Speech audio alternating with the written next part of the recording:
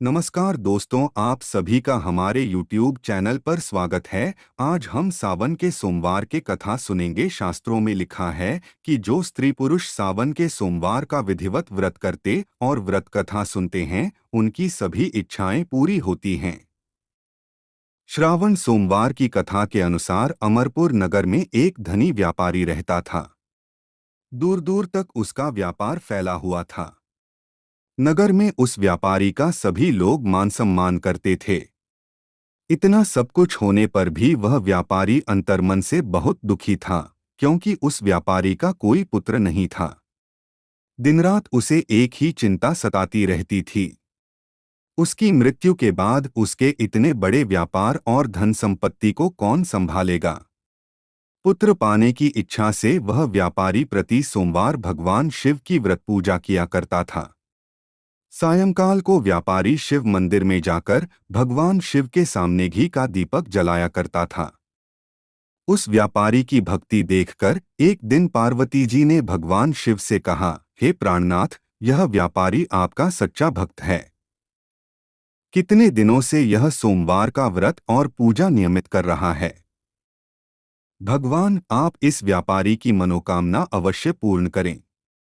भगवान शिव ने मुस्कराते हुए कहा, हे पार्वती, इस संसार में सबको उसके कर्म के अनुसार फल की प्राप्ति होती है। प्राणी जैसा कर्म करते हैं, उन्हें वैसा ही फल प्राप्त होता है। इसके बावजूद पार्वती जी नहीं मानी। उन्होंने आग्रह करते हुए कहा, नहीं प्राणनाथ, आपको इस व्यापारी की इच्छा पूरी करनी ही पड़ेगी। यह आपका अनन्य भक्त है। प्रति सोमवार आपका विधिवत व्रत रखता है और पूजा अर्चना के बाद आपको भोग लगाकर एक समय भोजन ग्रहण करता है। आपको इसे पुत्र प्राप्ति का वरदान देना ही होगा। पार्वती जी का इतना आग्रह देखकर भगवान शिव ने कहा, तुम्हारे आग्रह पर मैं इस व्यापारी को पुत्र प्राप्ति का वरदान देता हूँ, लेकिन इसका पुत्र 16 वर्ष से अधिक जीवित नहीं रहेगा। उसी रात भगवान शिव ने स्वप्न में उस व्यापारी को दर्शन देकर उसे पुत्र प्राप्ति का वरदान दिया और उसके पुत्र के 16 वर्ष तक जीवित रहने की बात भी बताई। भगवान के वरदान से व्यापारी को खुशी तो हुई, लेकिन पुत्र की अल्पायु की चिंता ने उस खुशी को नष्ट कर दिया। व्यापारी पहले की तरह सोमवार का विधिवत व्रत करता रहा। कुछ महीने पश्चात उसके घर अति सुंदर पुत्र उत्पन्न हुआ। पुत्र जन्म से व्यापारी के घर में खुशियां भर गईं। बहुत धूमधाम से पुत्र जन्म का समारोह मनाया गया।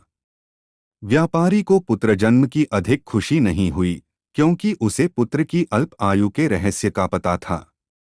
यह रहस्य घर में किसी को नहीं मालूम था। विद्वान ब्राह्मणों ने उस पुत्र का नाम अमर रखा।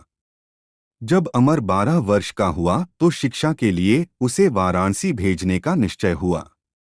व्यापारी ने अमर के मामा दीपचंद को बुलाया और कहा कि अमर को शिक्षा प्राप्त करने के लिए वाराणसी छोड़ आओ। अमर अपने मामा के साथ शिक्षा प्राप्त करने के लिए चल दिया। रास्ते में जहां भी अमर और दीपचंद रात्रि विश्राम के लिए लंबी यात्रा के बाद अमर और दीपचंद एक नगर में पहुंचे। उस नगर के राजा की कन्या के विवाह की खुशी में पूरे नगर को सजाया गया था। निश्चित समय पर बारात आ गई, लेकिन वर का पिता अपने बेटे के एक आंख से काने होने के कारण बहुत चिंतित था। उसे इस बात का भय सता रहा था कि राजा को इस बात का पता चलने पर कहीं वह विवाह से इनकार न कर दें। इससे उसकी बदनामी होगी।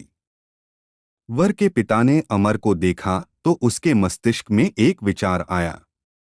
उसने सोचा, क्यों न इस लड़के को दूल्हा बनाकर राजकुमारी से विवाह करा दूं? विवाह के बाद इसको धन देकर विदा कर दूंगा और राजकुमारी को अपने नगर में ले जाऊंगा। वर के पिता ने इसी संबंध में अमर और दीपचंद से बात की। दीपचंद ने धन मिलने के लालच में वर के पिता की बात स्वीकार कर ली। अमर को दूल्हे के वस्त्र पहनाकर राजकुमारी चंद्रिका से विवाह करा दिया गया। राजा ने बहुत सा धन देकर राजकुमारी को विदा किया। अमर जब लौट रहा था तो सच नहीं छिपा सका और उसने राजकुमारी की ओढ़नी पर लिख दिया, राजकुमारी चंद्रिका, तुम्हारा विवाह तो मेरे साथ हुआ था। मैं तो वाराणसी में शिक्षा प्राप्त करने जा रहा हूँ। अब तुम्हें जिस नवयुवक की पत्नी बनना पड़ेगा वह कान्हा है। जब राजकुमारी ने अपनी ओढ़नी पर लिखा हुआ पढ़ा तो उसने काने लड़के के साथ जाने से इनकार कर दिया। राजा ने सब बातें जानकर राजकुमारी को महल में रख लिया। उधर अमर अपने मामा दीपचंद के साथ वाराणसी पहुंच गया। अमर ने गुरुकुल में पढ़ना शुरू कर दिया। जब अमर की आयु 16 वर्ष पूरी हुई तो उसने एक यज्ञ किया। यज्ञ की समाप्ति पर ब्राह्मणों को भोजन कराया और खूब अन्न वस्त्र दान किए। रात को अमर अपने शयन कक्ष में सो गया। शिव के वरदान के अनुसार शयनावस्था में ही अमर के प्राण पखेरु उड़ गए। सूर्योदय पर मामा अमर को मृत देखकर रोने पीटने लगा। आसपास के लोग भी एकत्र होकर दुख प्रकट करने लगे। मामा के रोने विलाप करने के स्वर समीप से गुजरते हुए भगवान शिव और माता पार्वती ने भी सुने। पार्वती जी ने भगवान से कहा, प्राणनाथ, मुझसे इसके रोने के स्वर सहन नहीं हो रहे। आप इस व्यक्ति के कष्ट अवश्य दूर करें। भगवान शिव ने पार्वती जी के साथ अदृश्य रूप में समीप जाकर अमर को देखा तो पार्वती जी से बोले, पार्वती, यह उसी व्यापारी का पुत्र है। मैंने इसे 16 वर्ष की आयु का वरदान दिया था। इसकी आयु तो पूरी हो गई। पार्वती जी ने फिर भगवान शिव से निवेदन किया, हे प्राणनाथ, आप इस लड़के को जीवित करें, नहीं तो इसके माता पिता पुत्र की मृत्यु के कारण रो रो कर अपने प्राणों का त्याग कर देंगे। इस लड़के का पिता तो आपका परम भक्त है। वर्षों से सोमवार का व्रत करते हुए आपको भोग लगा रहा है। पार्वती जी के आग्रह करने पर भगवान शिव ने उस लड़के को जीवित होने का वरदान दिया और कुछ ही पल में वह जीवित होकर उठ बैठा। शिक्षा समाप्त करके अमर मामा के साथ अपने नगर की ओर चल दिया। दोनों चलते हुए उसी नगर में पहुंचे जहां अमर का विवाह हुआ था। उस नगर में भी अमर ने यज्ञ का आयोजन किया। समीप से गुजरते हुए नगर के राजा ने यज्ञ का आयोजन देखा। राजा ने अमर को तुरंत पहचान लिया। यज्ञ समाप्त होने पर राजा अमर और उसके मामा को महल में ले गया और कुछ दिन उन्हें महल में रखकर बहुत सा धन वस्त्र देकर राजकुमारी के साथ विदा किया। रास्ते में सुरक्षा के लिए राजा ने बहुत से सैनिकों को भी साथ भेजा। दीपचंद ने नगर में पहुंचते ही एक दूत को घर भेजकर अपने आगमन की सूचना भेजी। अपने बेटे अमर के जीवित वापस लौटने की सूचना से व्यापारी बहुत प्रसन्न हुआ। व्यापारी ने अपनी पत्नी के साथ स्वयं को एक कमरे में बंद कर रखा था। भूखे प्यासे रहकर व्यापारी और उसकी पत्नी बेटे की प्रतीक्षा कर रहे थे। उन्होंने प्रतिज्ञा कर रखी थी कि यदि उन्हें अपने बेटे की मृत्यु का समाचार मिला तो दोनों अपने प्राण त्याग देंगे। व्यापारी अपनी पत्नी और मित्रों के साथ नगर के द्वार पर पहुंचा। अपने बेटे के विवाह का समाचार सुनकर पुत्रवधू राजकुमारी चंद्रिका को देखकर उसकी खुशी का ठिकाना न रहा।